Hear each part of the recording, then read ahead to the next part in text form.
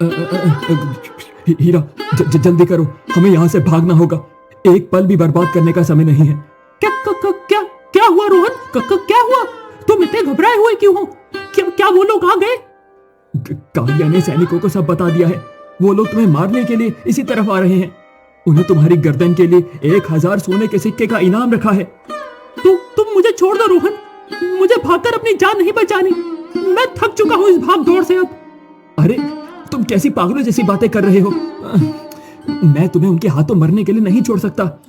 नहीं नहीं नहीं, सैनिकों को मुझे ले जाने दो। वो तुम्हें सोने के सिक्के देंगे, उनसे तुम्हारी माँ का इलाज हो जाएगा और तुम आराम से रहोगे। मेरी वजह से अपनी जान जोखिम में मत डालो। मेरी किस्मत ही खराब है और क्या। मैं चंद सिक्कों के लिए तुम्हें मरने के लिए नहीं छोड़ सकता हूँ। तुम मेरे मेहमान हो, मेरी जिम्मेदारी हो, और मैं कोई सौदागर नहीं हूँ जो दोस्तों का सौदा करे। पर तुम्हारे पास कोई और रास्ता नहीं है रोहन, वो तुम्हें भी मार डालेंगे।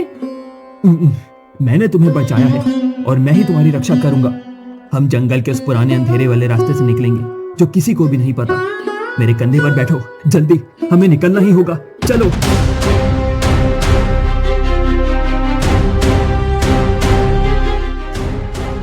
रोहन और हीरा भागकर जंगल की एक पुरानी और छिपी हुई गुफा में बैठ गए। बाहर सैनिकों के दौड़ने की आवाज आ रही थी। रोहन ने थक कर जमीन पर बैठते हुए हीरा की तरफ देखा। अब हम यहाँ सुरक्षित हैं, कम से कम कुछ देर के लिए सही। पर अब तुम्हें मुझे पूरा सच बताना ही होगा हीरा। आखिर ये सब क्या है? मैं तुम्हें और मुसीबत में नहीं डालना चाहता रोहन, सच बहुत भयानक है। आखिर वो राजकुमारी तुम्हें इतनी बेदर्दी से मारना क्यों चाहती है? एक तोते ने उसका क्या बिगाड़ा है? क्या तुमने उसका कोई खजाना चुराया है? क्योंकि मेरा नाम हीरा नहीं है रोहन, और ना ही मैं कोई तोता हूँ। ये तो सिर्फ एक श्राप का रूप है। क्या तुम तोता नहीं हो? तो फिर क्या हो? क्या तुम कोई जादूगर हो? मेरा असली नाम चंदा है। मैं तो तुम्हारे ही गांव की एक साधारण सी लड़की थी जो बस अपनी छोटी सी दुनिया में खुश थी। एक लड़की? पर ये कैसे मुमकिन है? तुम तो एक पक्षी हो। तुम तो ये कोई कैसे मान सकता है? ये कहानी बहुत पुरानी और दर्दनाक है रोहन। ध्यान से सुनो, मैं तुम्हें अपनी बर्बादी का सच बताती हूँ। हीरा की आंखों से इंसानों की तरह आंसू बहने लगे। जैसे जैसे वो बोल रही थी, गुफा का माहौल बदलने लगा और रोहन के सामने सालों पुराना वो दर्दनाक मंजर एक असली दृश्य की तरह जीवित हो।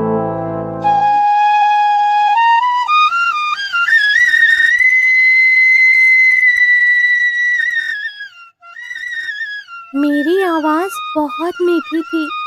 मेरे पास एक पुरानी बांसुरी थी जो मुझे मेरे पिता ने दी थी। वो मेरी जान से भी ज्यादा प्यारी थी। जब मैं उस बांसुरी को बजाती थी तो जंगल के मुरझाए हुए फूल भी खिल उठते थे, और तो और बीमार जानवर तक उसे सुनकर ठीक हो जाते थे। उसमें जीवन का संगीत था। ए लड़की, तेरी इस बांसुरी के चर्चे मैंने पूरे राज्य में सुने हैं। ये बांसुरी मुझे दे दे, मैं इसे अपने पास रखना चाहती हूँ। माफ कीजिएगा राजकुमारी जी, मैं ये बांसुरी आपको नहीं दे सकती। ये मेरे पिता की आखिरी निशानी है। तू जानती नहीं है तू किससे बात कर रही है? इसके बदले तुझे इतना सोना दूंगी ना कि तेरी 7 पुश्तें बैठकर खाएगी। चुपचाप इसे मुझे दे दे। ये कोई बिकाऊ चीज नहीं है राजकुमारी जी, ये एक पवित्र चीज है जो सिर्फ भलाई के लिए बजती है। इसे किसी की शान बढ़ाने के लिए नहीं बजाया जा सकता। भलाई? मेरे पास इस राज्य की पूरी ताकत है। मैं जो चाहूँ वो पा सकती हूँ। अगर किसी लालची इंसान ने इसे छुआ तो इसका संगीत हमेशा के लिए खत्म हो जाएगा। ये सिर्फ एक पवित्र मन के लिए काम करती है। तेरी इतनी हिम्मत, तू एक राजकुमारी को लालची कह रही है? तेरी जुबान बहुत लंबी हो गई है।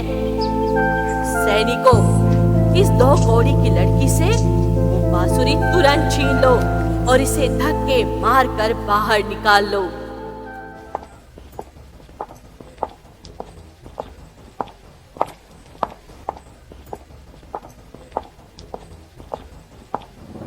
सैनिकों ने चंदा के हाथ से जबरदस्ती बांसुरी छीनकर राजकुमारी सुहानी को दे दी।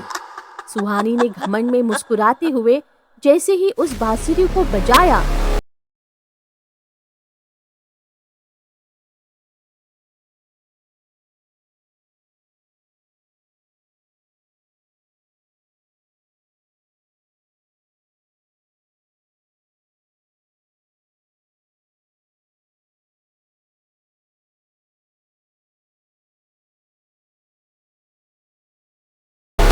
इसे अभी ठीक कर, वरना मैं तेरी मोची मोची काट दूंगी। मैंने आपसे पहले ही कहा था राजकुमारी जी, ये पवित्र बांसुरी आपके लालची हाथों में कभी नहीं बजेगी। आपने इसका अपमान किया है। अच्छा? अगर ये मेरे लिए नहीं बज सकती है ना, तो ये दुनिया में किसी के लिए नहीं बजेगी। और तुझे अपनी इस मीठी आवाज का बहुत घमंड है ना? जा, मेरी बात नहीं मान रही है तू? मुझे छोड़ दीजिए, मैंने आपका क्या बिगाड़ा है? भगवान के लिए मुझ पर रहम कीजिए। मैं तुझे ऐसे भयानक श्राप देती हूँ कि तू इंसान से एक मामूली बेबस नीला पक्षी बन जाएगी। आज के बाद तू सिर्फ पिंजरे में फड़फड़ाएगी और कोई तेरी चीख नहीं सुनेगा। सुहानी ने अपना भयानक काला जादू किया और चंदा तड़पते हुए एक नीले तोते में बदल गई। दृश्य वापस गुफा में आ गया। रोहन सदमे में हीरा को देख रहा था। यही मेरा कड़वा सच है रोहन। मैं सालों से इसी रूप में कैद हूँ। अपनी आजादी के लिए तरस रही हूँ मैं। हाँ, राजकुमारी को आज भी डर है कि अगर मैं कभी उसके सामने आ गई तो उस बांसुरी का श्राप टूट जाएगा और फिर उसकी सारी मायावी शक्तियाँ खत्म हो जाएंगी। इसीलिए वो मुझे ढूंढ रही है। ये तो बहुत बड़ा अन्याय है। उसने अपनी ताकत के घमंड में तुम्हारा पूरा जीवन बर्बाद कर दिया। ये इंसानियत नहीं है। मेरे नसीब में शायद यही लिखा था रोहन। अब मैं इस पंछी के शरीर में ही मर जाऊंगा। नहीं, मैं तुम्हें तुम्हारा इंसानी रूप वापस दिला कर रहूंगा, चाहे इसके लिए मुझे राजकुमारी से क्यों न टकराना पड़े। ये मेरा वादा है तुमसे। हाँ, मैं तुम्हें आजाद कराऊंगा।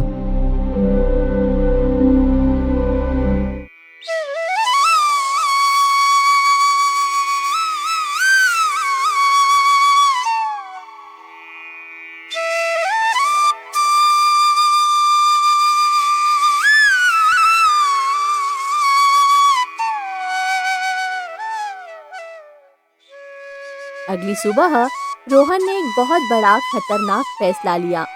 उसने चंदा को एक छोटे पिंजरे में रखा। तुम सच में पागल हो गए हो रोहन। ये मौत के कुएं में कूदने जैसा है।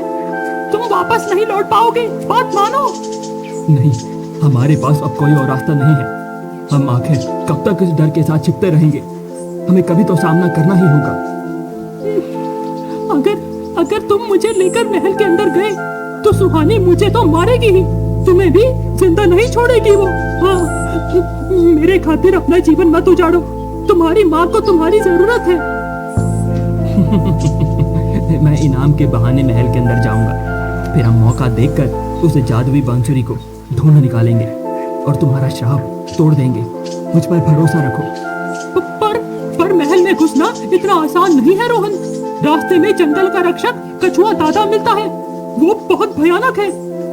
कछुआ दादा? अब वो कौन है? मैंने तो कभी उसके बारे में नहीं सुना। वो बिना अपनी कीमत वसूले किसी को भी महल के उस गुप्त रास्ते से नहीं जाने देता। उसकी कीमत बहुत भारी होती है। जो लोग वहां गए वो कभी लौट कर नहीं आए हैं। हाँ।